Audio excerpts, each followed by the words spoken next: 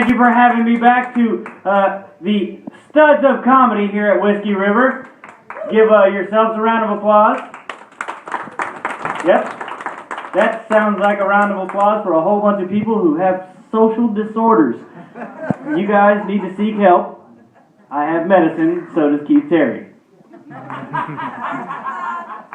Hey, first, I would, just thank you guys very much for coming out. Also, hey, give it up for your host, Mr. Lee Mays. And the provider of the stage, Miss Melinda. Yes. Yeah. It's such a nice stage. And I do want to say thanks to the other comedians who you've seen perform already. Is that okay? How about Mr. John Waters? This guy, it was his first time, and he did a hell of a job. Thank you, John. Thank you. Seriously, sporting half-mast right now. Seriously, because of you. I'm just going to hold this like this, just to kind of cool it down while I'm up here. And Dustin Towers, him, give him a round of applause. Ryan Carrier, Patrick Felton, Ian Nolte, Keith Terry, Angelo Cutzismanano. Was that his last name? I think I got it pronounced right. I do want to say this though, because I've been keeping, I was kind of watching everybody. First and foremost, I learned a lot about the comedians that I work with. You put a little kid in front of them, they change. Seriously. I mean, they really do. Makes it, like, I'm not inviting them to my kid's birthday party, that's for sure. One guy's got Werther Originals.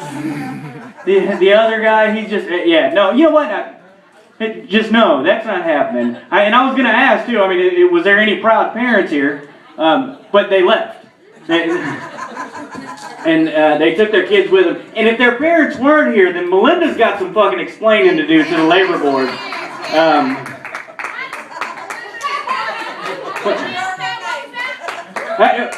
Were those your kids? Yes. I'm gonna feed them, make them work. Hey, honey, there's laws against that kind of shit. Not here. She's got them in the back right now making sweaters for winter.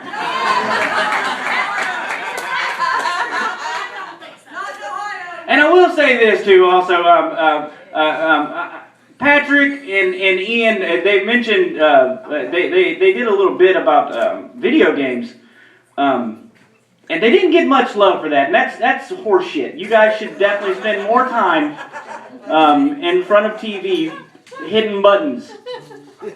And guys, and I'm trying. I want to be on your team, guys. I know you guys can see me back there because I can see you. And Patrick, you guys are awesome, man. We appreciate what you just did. But I do ask a favor. If you guys don't mind, when you get a chance, will you teach me how to play video games? Even trade. You show me how to play, what is it, Skyfall? Is that what it was? And I'll tell you what the inside of Vagina feels like. I feel like that's fair. Now, has anybody out here ever done any ecstasy? Ecstasy, nobody? Yeah, the video gamers. The video gamers have done ecstasy.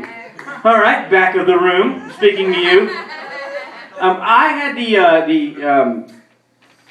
opportunity, I guess you would say, to try it out. It was awesome. It was Friday. I'm not going to the movie on this one. It was Friday. And I didn't have shit to do. But anyways, I got a raise at work, so I was already celebrating, and then I was going to head to a party afterwards. And these guys, everybody was tripping and shit, but you know what? I was like excited. I went ahead and popped mine in. And I did what they call a triple stack. For inquiring minds, I guess there's 3 stacks. 3 being the highest, and me being an idiot. So I popped the ecstasy pill, and I decided, oh shit, man, I done jumped the gun. I need to get cleaned up. I gotta jump in the shower. In case you're wondering or considering doing ecstasy, wait till after the shower. Because I will tell you why. If you're not familiar with ecstasy, ecstasy is a drug that makes everything feel amazing.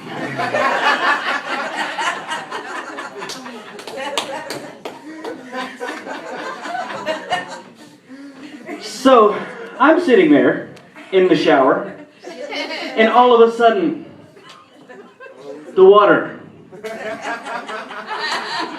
is going down my body.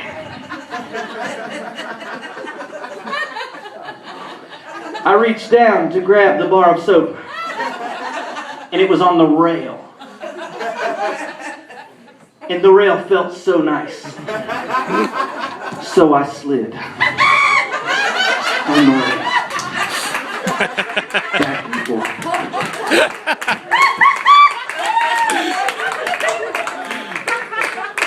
I found Jesus in the form of a loofah.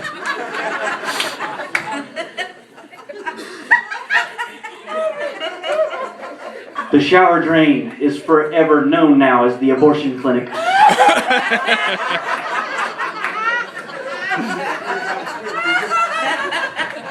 This same very evening,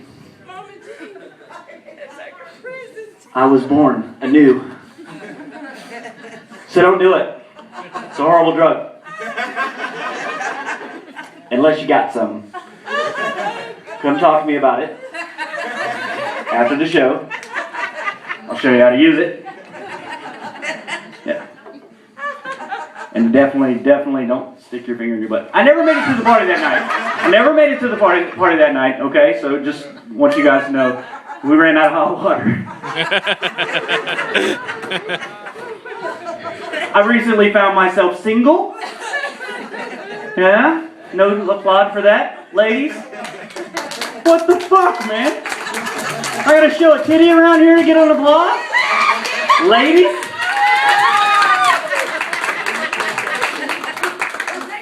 One of the bad things about being single is that I am getting a little bit older, and I'm gonna end this. I'm gonna end it right after this. Okay, so after I found myself single, I decided, you know what? I'm gonna put myself back out there. I'm gonna get myself cleaned up. I'm gonna do it right? So I get out the shower and I'm drying off. Different incident completely. The ecstasy thing happened like a year ago. I'm clean now. So I was doing heroin, and so I get out of the shower and I'm cleaning up. And guys, John, you get it. I look down and I see a gray pube. Hey, stick with me. John, you get it, right? Or is it linoleum? Is it linoleum down there, buddy? You gotta keep it trimmed, you know what I'm talking about? Tree looks bigger in the grass. So what I did is so I freaked out. I seen this one lone gray pube sitting there. His little curly-headed ass, his little motherfucker. So what I did is I freaked out and I grabbed a beer trimmer and said, and that now afterwards, my dick looks like it has mange. So I feel like I should, I'm sitting there and I'm sad about it because like, how am I supposed to go out looking like this? You know what I mean? Because I know I'm going to be strutting it later. You know what I mean? These fucking pretty blue eyes and high cheekbones. Oh, Adam Grubb is getting some. So I'm sitting there and I'm like, well, fuck, what am I going to do now to show the ladies it's cool? So I thought about it and I decided what I'm going to do is shoot a little video with him, looking all sad and sickly with the mange and stuff, and have him in a cage, and Sarah McLachlan in the background, in the arms of an angel, all hunched over, little teardrop of pre-cum coming out. It's because I'm kind of impotent, I'm a little old, but hey, that's just life's way of saying no hard feelings. So, breathe, woman. Now, I do have to ask you, how old are you? I'm 30. Oh, you're not old enough, sorry. But like I did say, I am also into older ladies. Back row. Hey, babies. Middle row. But Middle row. Yeah, we'll go with middle row. Row. But what I will say is that now that I am older, I feel like I need to be with older women. You know what I mean? Looking at her, she's like smart, and she licks her beard. As she does it, she's like, "Oh, he's so smart."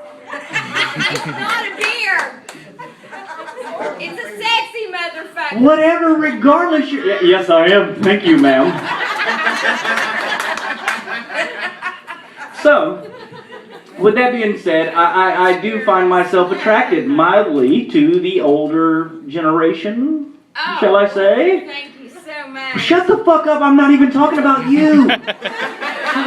I was talking about the other side of the long table. Sup, Sheila? So, before I was rudely interrupted, I will finish this up here in just one moment, Lee. Sorry about that. So what happens here is that I feel like after I get done with the show, that what I'm going to start proposing is try to get ladies and lure them back in. Older, of course, lure back into my hotel room.